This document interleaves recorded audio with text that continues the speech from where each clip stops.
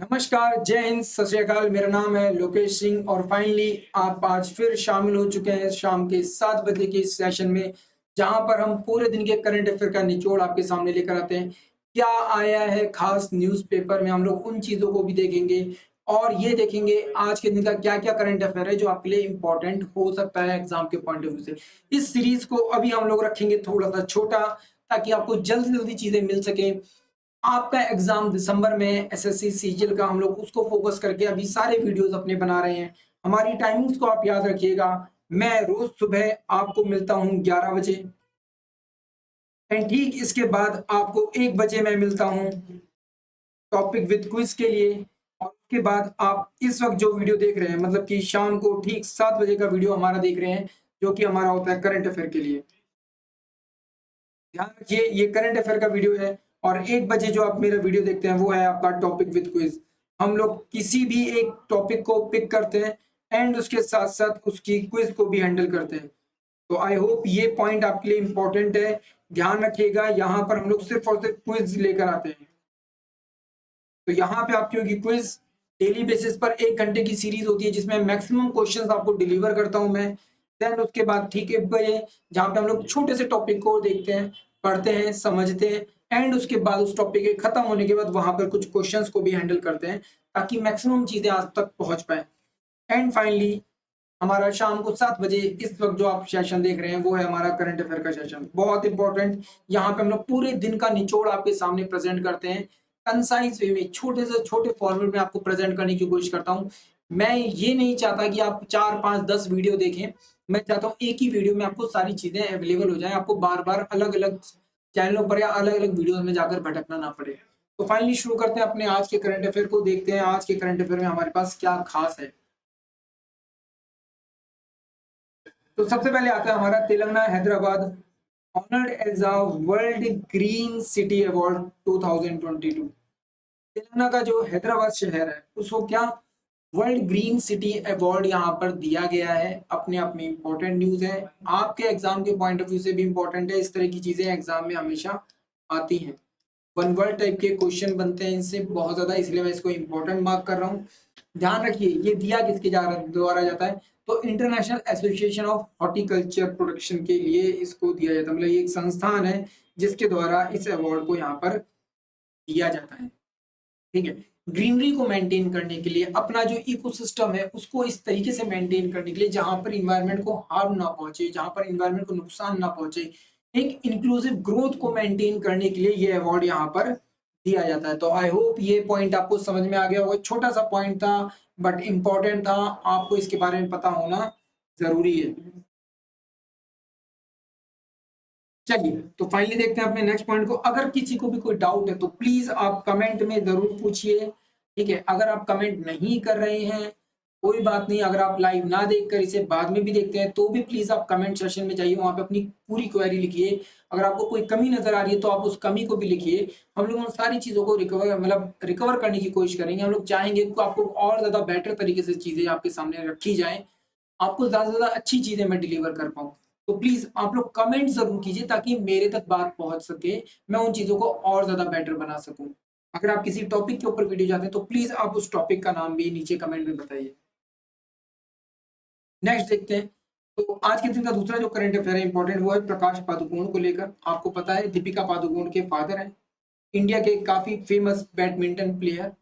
ठीक है, इन्होंने काफ़ी लंबे टाइम तक इंडिया को, बैडमिंटन टीम को लीड भी किया है, इंडिया को रिप्रेजेंट किया है कई डिफरेंट डिफरेंट स्पोर्ट्स में, इवेंट्स में।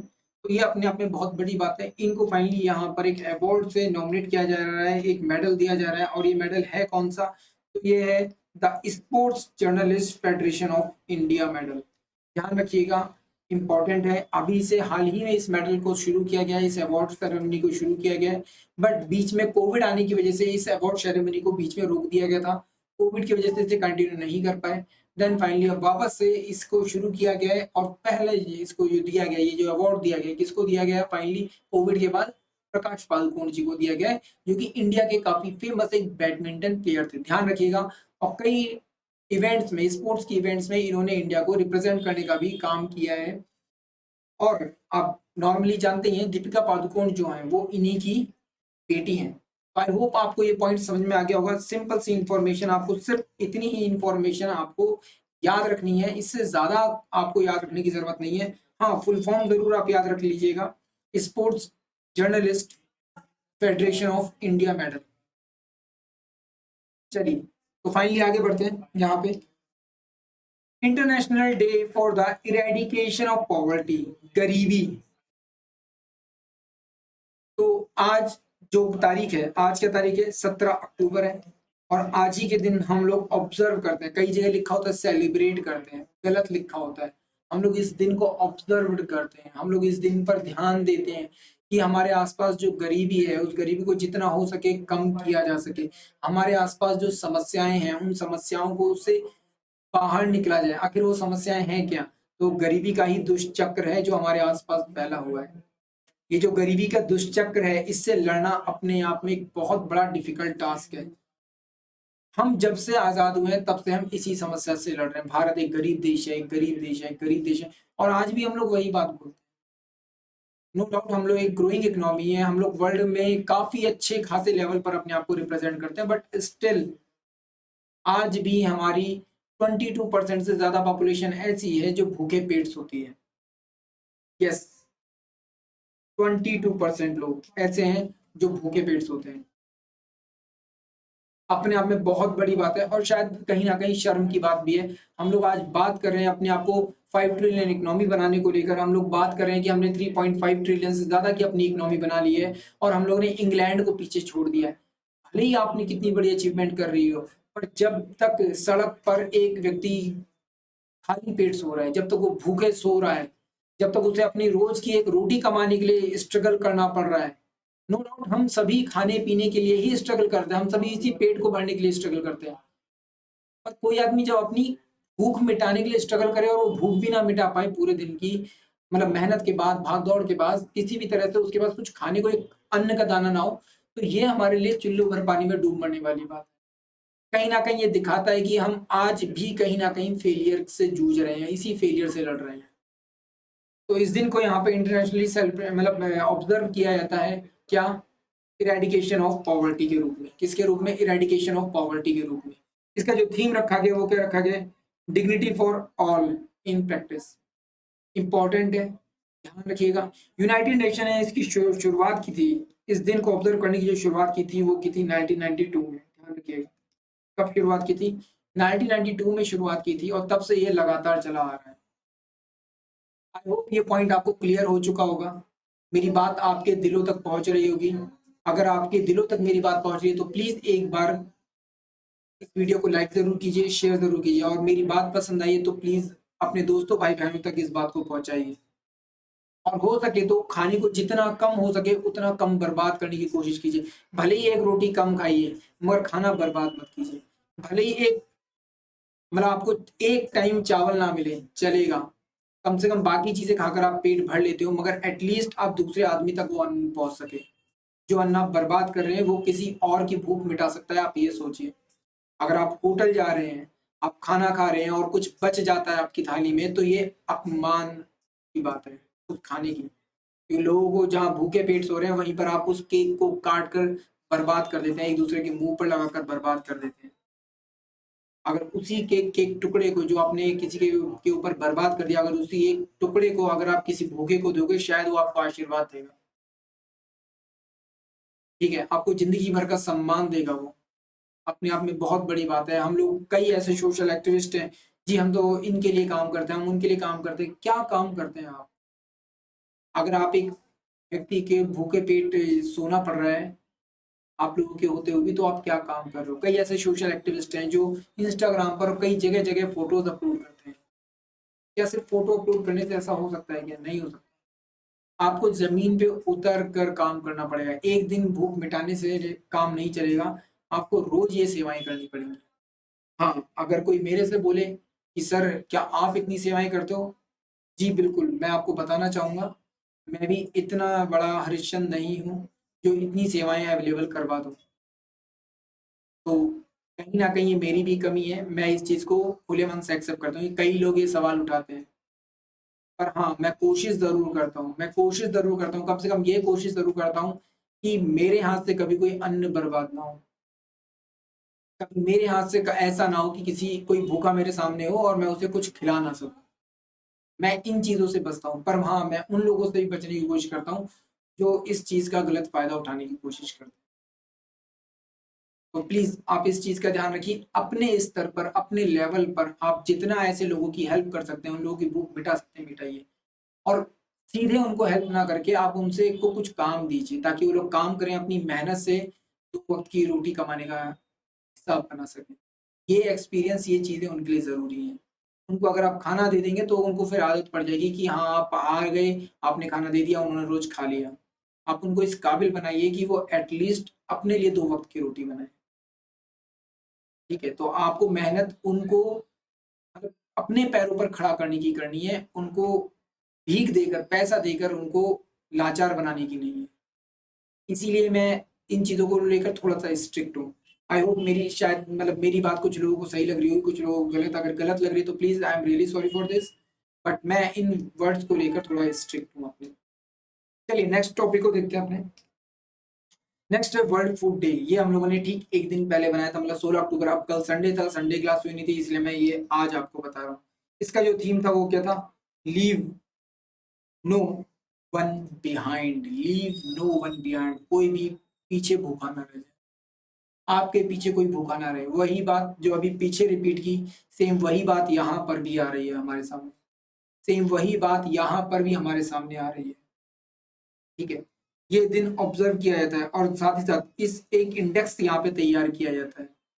मैंने आपको ये बताया था, अभी वर्ल्ड हंगर इंडेक्स, आपको बताना है इंडिया की रैंक क्या है। मैंने आपको बताया था, और इंडिया से 2 पायदान नीचे ही अफ़गानिस्तान है, ठीक है? मैंने आपको ये चीज़ बताई थी। आपको बताना है यहाँ पर क्या? आपको इंडिया की रैंक बतानी है, क्या है? ग्लोबल हंगर हंगर इंडेक्स में, जीएचआई में। मैंने अभी शायद परसों-नरसों ही एक वीडियो बनाया था जिसमें मैंने इसके बारे में बहुत डिटेल में बताया था। तो आपको ये बताना है, ये क्वेश्चन है आप लोगों के लिए कि आपको इसका रिप्लाई करना है कि इंडिया की रैंक क्या है इस वक़्त। तो फाइनली इस दिन को ऑब्जर्व करते हैं हम लोग 16 अक्टूबर को, और जो बात मैंने आपको समझाई तो प्लीज़ उस चीज़ का ध्यान रखिए। नेक्स्ट देखते हैं, Haryana top on a public affair index 2022। Haryana क्या है? पब्लिक अफेयर इंडेक्स 2022 में अपने टॉप पर। और ये सबसे बड़े राज्यों में, मतलब जो हमारे, क्योंकि नो डाउट आपको पता है इंडिया में बहुत सारे राज्य हैं जो बहुत बड़े साइज़ में हैं, जैसे यूपी, राजस्थान और इस तरीके के स्टेट। एंड कुछ हमारे छोटे राज्य हैं, जैसे कि नॉर्थ ईस्ट के कुछ राज्य हैं, गोवा है, सिक्किम है, तो छोटे राज्य भी हैं। और हमारे पास कुछ यूटी भी हैं। अब यहाँ पर जो बड़े स्टेट्स हैं, उनमें टॉप में कौन है? हरियाणा है। और दूसरा है जो टॉप है वो कौन-सा है? सिक्किम है, जो छोटे राज्यों में आता है। किसमें आता है? स्मॉल स्टेट्स में आता है। तो ध्यान रखिएगा, हो सकता है आपसे कभी ये चीज़ पूछे। पब्लिक अफेयर इंडेक्स में हरियाणा का कौन-सा नंबर है? पहला नंबर है। आफ्टर हरियाणा कौन-कौन से स्टेट्स आते हैं? तो वो तमिलनाडु आते हैं, केरल आते हैं, छत्तीसगढ़ आता है, पंजाब और कर्नाटक आता है। ये चीज़ ध्यान रखिएगा। इस रिपोर्ट में हम लोग किन-किन चीज़ों को ऑब्ज़र्व करते हैं, किन-किन की चीज़ों को हम लोग स्टडी करते हैं। तो यहाँ पे हम लोग देखते हैं labour productivity, ensure the standard of living of wages workers, जो प्रतिदिन कमाने वाले जो लोग होते हैं, ठीक है? पर डे जो वर्कर्स होते हैं, ठीक है? उनके स्टेटस को, उनके स्टैंडर्ड ऑफ लिविंग को स्टडी करना है यहाँ पे। Then public expenditure on development, सरकार के द्वारा कितना पैसा खर्च किया गया डेवलपमेंट पर, इस चीज़ को स्टडी करना। Coverage of the social safety net, social safety में क्या खर्चा हो रहा है, किस तरीके से उसे कवर किया जा रहा है, इन चीज़ों को स्टडी करना। देन एम्प्लॉयमेंट अपॉर्चुनिटी कितनी अवेलेबल है, इस चीज़ को स्टडी करना है। तो ये चीज़ ध्यान रखिएगा। हो सकता है कभी एग्जाम में आपसे पूछे कि कौन-कौन सी चीज़ों को स्टडी किया जाता है। अगर आपको नहीं पता है तो इसको प्लीज़ अपने नोट्स में एक बार नोट कर लीजिए। आई होप ये पॉइंट आपको क्लियर हो गया होगा। इन केस अगर कोई डाउट है तो एक बार प्लीज़ कमेंट में डाल दीजिए, मैं इस पर रिप्लाई करने की कोशिश करूँगा। नेक्स्ट टॉपिक को देखते हैं। नेक्स्ट है यहाँ पे लॉजिस्टिक परफॉर्मेंस इंडेक्स 2022। यहाँ पर अगर बात करें तो यहाँ पे टॉप स्टेट जो है वो आंध्र प्रदेश है हमारा। कौन सा है? आंध्र प्रदेश है। एंड आंध्र प्रदेश के बाद यहाँ पे आता है असम का नाम आता है, गुजरात का नाम आता है। तो 15 स्टेट्स एंड यूटीज को यहाँ पे स्टडी किया गया है, जहाँ पर लॉजिस्टिक परफॉर्मेंस इंडेक्स में आंध्र प्रदेश अपने टॉप पर था। किस पर था? टॉप पर था। आज आंध्र प्रदेश को लेकर मैंने एक क्वेश्चन भी पूछा था कि कौन सा वो शहर है जिसे झींगा कैपिटल कहा जाता है। झींगा एक मछली का टाइप का एक वो जीव होता है जो पानी में रहता है। ये खारे पानी और मीठे पानी दोनों में लगभग लगभग रह लेता है। तो आपको ये बताना था कि झींगा कैपिटल किसे कहते हैं। आंध्र प्रदेश का ही एक डिस्ट्रिक्ट है जिसे झींगा कैपिटल के नाम से जानते हैं। क्या कोई मुझे बता सकता है? आज सुबह ही मैंने ये क्वेश्चन करवाया था। तो फाइनली देखते हैं इसका मेन ऑब्जेक्टिव क्या है। इसका मेन ऑब्जेक्टिव है हर स्टेट को एनकरेज करना मैक्सिमम एक्सपोर्ट के लिए, इकोनॉमिकल एक्टिविटीज को क्या एक्सपेंड करने के लिए। आप जितना ज्यादा इंपोर्ट और एक्सपोर्ट करोगे उतनी ज्यादा उस स्टेट को क्या होगी, इनकम जनरेट होगी। नो डाउट, अगर मान लो दिल्ली से कोई गाड़ी बिहार जा रही है, बीच में यूपी आता है, तो 100% है, अगर यूपी ने बढ़िया सड़कें बना रखी है तो वहां पे उसे टोल टैक्स अच्छा मिलेगा। डिफरेंट डिफरेंट जगहों पर गाड़ियां रुकेंगी, वहां पे लोगों की इनकम होगी, ढाबे पर रुकेंगी, ढाबे वाले की इनकम होगी। तो ये सारी सुविधाएं कैसे डेवलप होंगी जब यूपी ने अपने लिए बढ़िया क्या ट्रांसपोर्टेशन सिस्टम डेवलप कर रखा। अगर यूपी ने ट्रांसपोर्टेशन सिस्टम डेवलप नहीं कर रखा होगा ना, एमपी ने कर रखा होगा, तो लोग कोशिश करेंगे यार सड़कें टूटी पड़ी है यूपी की, इससे अच्छा है एक काम करो एमपी की तरफ से निकल के चले जाओ, थोड़ा सा रास्ता लंबा है, पेट्रोल ज्यादा लगेगा मगर जल्दी पहुंच जाएंगे क्योंकि रोड अच्छी है। ये चीज होती है, इस चीज का बहुत ज्यादा फर्क पड़ता है। एक टाइम था जब आपको दिल्ली से लखनऊ पहुंचने में कम से कम 8 से 12 घंटे लगते थे। आज भी अगर आप ट्रेन से जाओगे तो कम से कम 10 घंटे का सफर है। और अगर आप बस से जा रहे हो तो बस से जाने में कम से कम कुछ नहीं तो 12 घंटे से ऊपर लगता था ये टाइम। बट अब प्रेजेंट कंडीशन में मैं आपको बताता हूँ, आप दिल्ली से हाईवे पे चढ़ते हो नोएडा, और नोएडा हाईवे से आप सीधे कहाँ पहुंच जाते हो, आगरा, और आगरा हाईवे से कनेक्ट है लखनऊ हाईवे। मतलब ऑलमोस्ट कुछ नहीं तो से 6 से 6.5 घंटे के अंदर अंदर आप लखनऊ पहुंच जाते हो। तो ये कैसे डेवलप हुआ, ये सब कैसे डेवलप हुआ, ये सब सिर्फ एक हाईवे बनाने से हो गया है ना। तो लॉजिस्टिक जो डेवलपमेंट होता है वो इसी तरीके से डेवलप होगा कि आपके पास एक बेटर रूट हो, सड़कें आपके पास अच्छी हो, उन सड़कों के अलावा आपके पास पोर्ट्स हैं तो पोर्ट्स बहुत अच्छे होने चाहिए ताकि डिफरेंट डिफरेंट कंट्री के शिप्स वहां पे आकर आ सकें, वहां पे अपना सामान डिप्लॉय कर सकें, वहां से सामान उठा सकें। ठीक है, आपके पास बेटर क्या इंटरनेशनल एयरपोर्ट्स होने चाहिए, छोटे और बड़े सभी कॉमर्शियल फ्लाइट्स के लिए वहां पे एयरपोर्ट अवेलेबल होना चाहिए ताकि वहां से कभी भी जहाज फ्लाई कर सके, दूसरे देशों से आ सके, डिफरेंट स्टेट से आपके पास सामान आसानी से आ जा सके, पहुंच सके। आई होप मेरी बात आपके दिलों तक पहुंच रही होगी। अगर पहुंच रही है तो प्लीज एक बार कमेंट करके बताइए मुझे।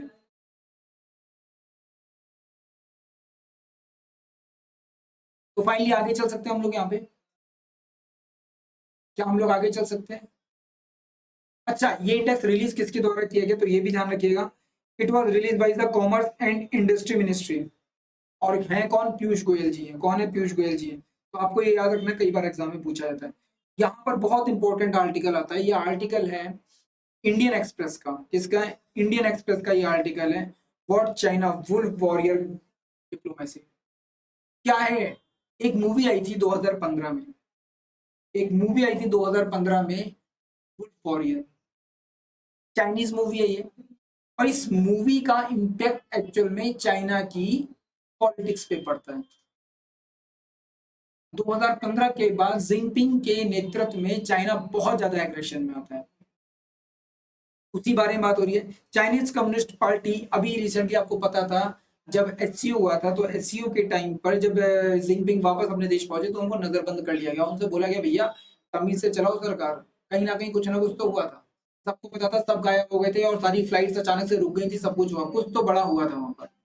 बट अब क्या, फाइनली जिनपिंग वापस आ चुके हैं, नजर में आ गए हैं, जनता के पास आ गए हैं। और मैंने आपको 3 दिन पहले, यहाँ पे 4 दिन पहले एक करंट अफेयर पढ़ाया था जिसमें मैंने बताया था कि जिनपिंग के अगेंस्ट चाइना के लोग बहुत बुरी तरह से एग्रेशन के साथ यहाँ पे प्रोटेस्ट कर रहे हैं, बैनर्स दिखा रहे हैं। लोगों का ध्यान अट्रैक्ट करने के लिए उन्होंने पुल के ऊपर क्या कर लिया, आग लगा दी ताकि लोगों का ध्यान बैनर की तरफ जाए, ऊपर दिखे बैनर कि हाँ भैया बैनर पे कुछ लिखा हुआ है, लोगों का ध्यान जाए। फाइनली वहां पे जो उनकी आर्मी है उसने आकर कंट्रोल किया, उन सारी चीजों को हैंडल किया, सारे के सारे जो लोग थे उन सबको पकड़ के डाल दिया गया जेल में, मारा पीटा गया, जो भी हुआ सब सारी चीजें सॉल्ट आउट कर दी गई फिलहाल उस टाइम के लिए। बट अभी भी यहाँ पर एक चीज बाकी है। वो क्या है कि अब वापस से जिनपिंग को थर्ड टेन्योर यहाँ पे शुरू हुआ है as a president of China. और यहाँ पर जैसे ही वो प्रेसिडेंट बने, उन्होंने अपने आप को एकदम बिल्कुल बम की तरह से वो फूट के सामने आ गए। अब उनको पता है कि चाइना के लोग मेरे अगेंस्ट हैं, उनको अपने सपोर्ट में लाने के लिए मुझे क्या करना पड़ेगा, कहीं ना कहीं उन लोगों को कुछ ना कुछ ऐसा देना पड़ेगा।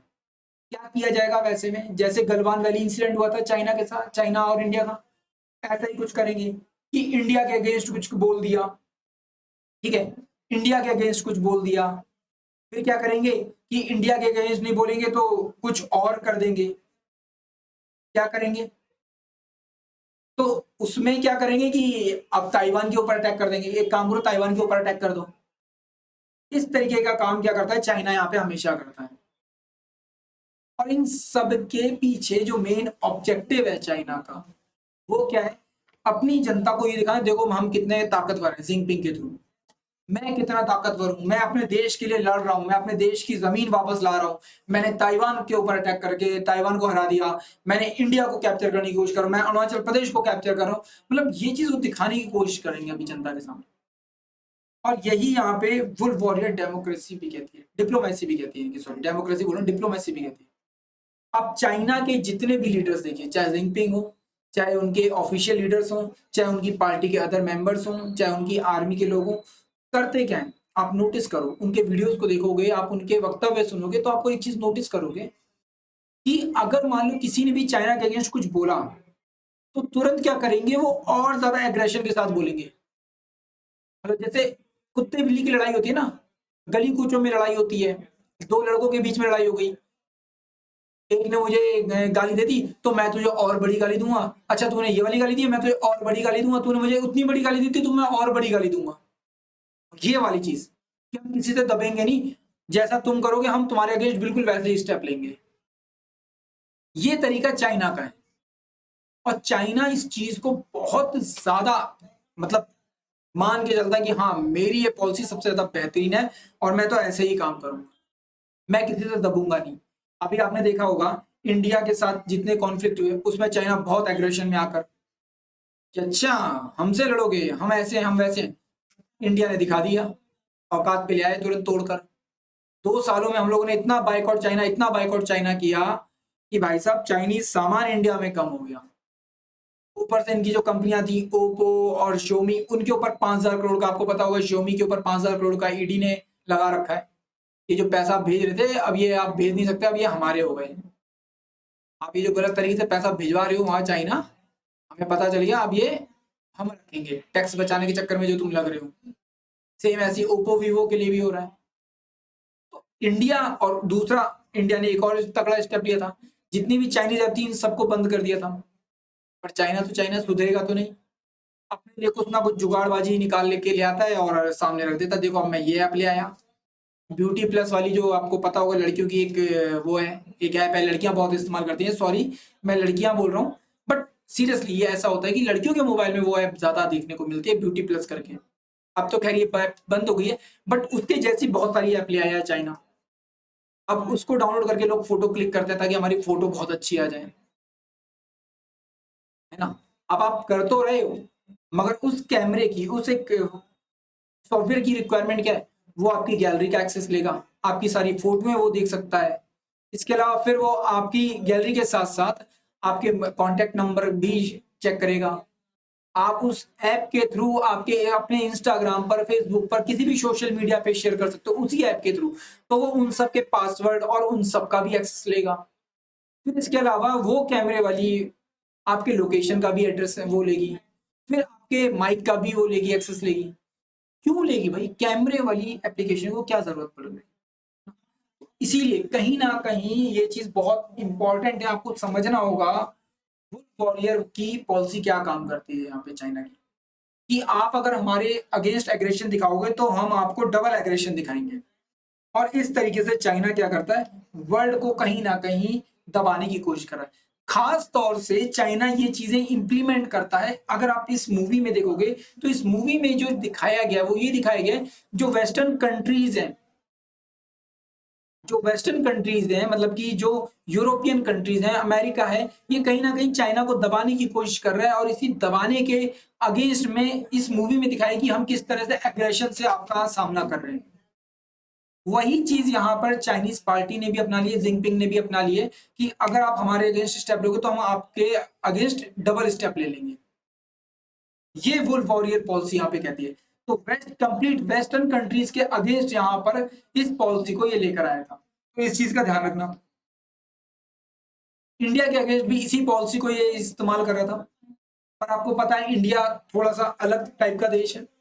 हमारी अब जो इंटरनल पॉलिटिक्स है वो बदल चुकी है। अब हम पहले देश जैसे देश नहीं रहे, कमजोर देश। अब हम लोग मुखर होकर एकदम सामने आकर बात करते हैं। और अगर आप लोग रिसेंटली जयशंकर जी का अगर वक्तव्य सुन रहे हो, जो कि हमारे फॉरेन मिनिस्टर हैं, तो आपको शायद इस चीज का अंदाजा हो जाना चाहिए कि अब हम लोग भी उतने ही एग्रेशन के साथ रिप्लाई करते हैं। उनके जितने वक्तव्य हैं, चाहे वो यूरोपियन अभी काउंसिल जो हुई थी यूरोपियन कंट्रीज की, उसमें हुआ हो, चाहे वो कहीं पर भी हुआ हो वर्ल्ड में, क्या लताड़ते हैं वो। ठीक है। पर हमारा थोड़ा तरीका अलग है। हमारा तरीका ऐसा है कि हम प्यार से समझा कर करते हैं। हम ऐसे नहीं कि अच्छा तूने चाकू निकाला तो मैं बंदूक निकाल लूंगा। हम सामने वाले को उसकी रियलिटी दिखाते हैं, औकात दिखाते हैं, आईना दिखाने का काम करते हैं। तो हमारी पॉलिसी थोड़ी सी अलग है। हम रियलाइज करवाते हैं वर्ल्ड को कि देखा तुमने क्या गलती की। हम लोग क्या करवाते हैं, रियलाइज करवाते हैं वर्ल्ड को कि तुमने क्या गलती की, हमें अंडर एस्टिमेट करके।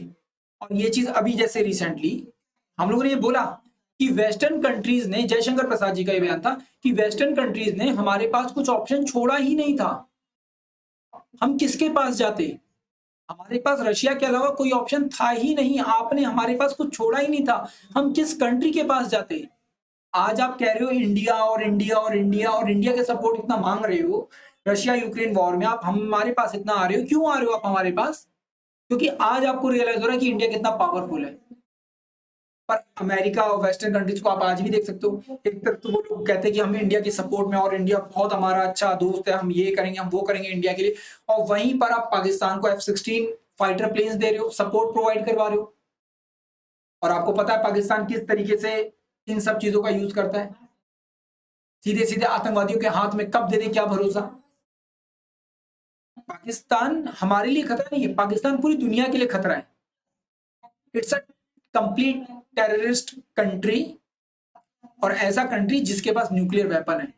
गलती से भी इसके न्यूक्लियर वेपन अगर किसी भी एक टेररिस्ट ऑर्गेनाइजेशन के हाथ में चले जाते हैं, किसी बेवकूफ प्रधानमंत्री के हाथ में आ जाते हैं, तो आप समझ सकते हो पूरी दुनिया पर कितना बड़ा खतरा होगा। चलिए, तो आई होप आपको ये पॉइंट पूरा क्लियर हो चुका होगा कि आप अगर हमारे अगेंस्ट बोलोगे तो हम डबल एग्रेशन के साथ आपके अगेंस्ट क्या करेंगे, खड़े हो जाएंगे।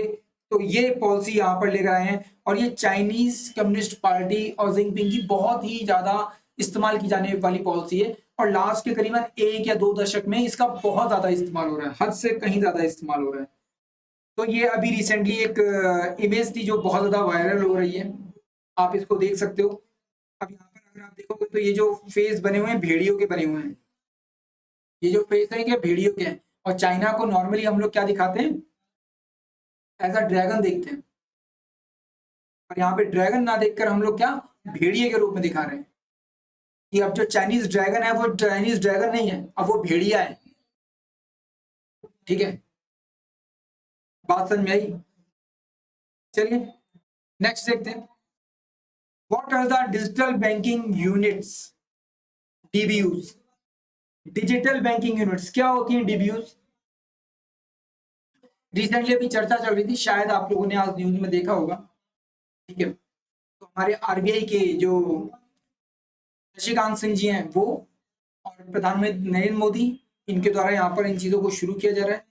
75 डिजिटल बैंकिंग यूनिट्स यहाँ पे स्टेब्लिश की जाएंगी।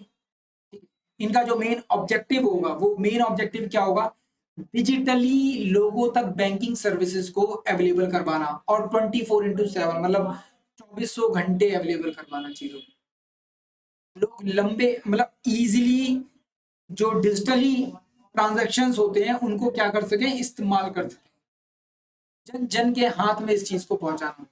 अब यहाँ पर एक डाउट ये आता है कि सर आपकी बात तो सही है, डिजिटली ये सब किया जा सकता है, बट स्टिल बहुत से ऐसे लोग हैं जिनको इंटरनेट यूज करना नहीं आता, ये सारी सर्विसेज नहीं आती इस्तेमाल करनी, एप्लीकेशंस ठीक से चलानी नहीं आती।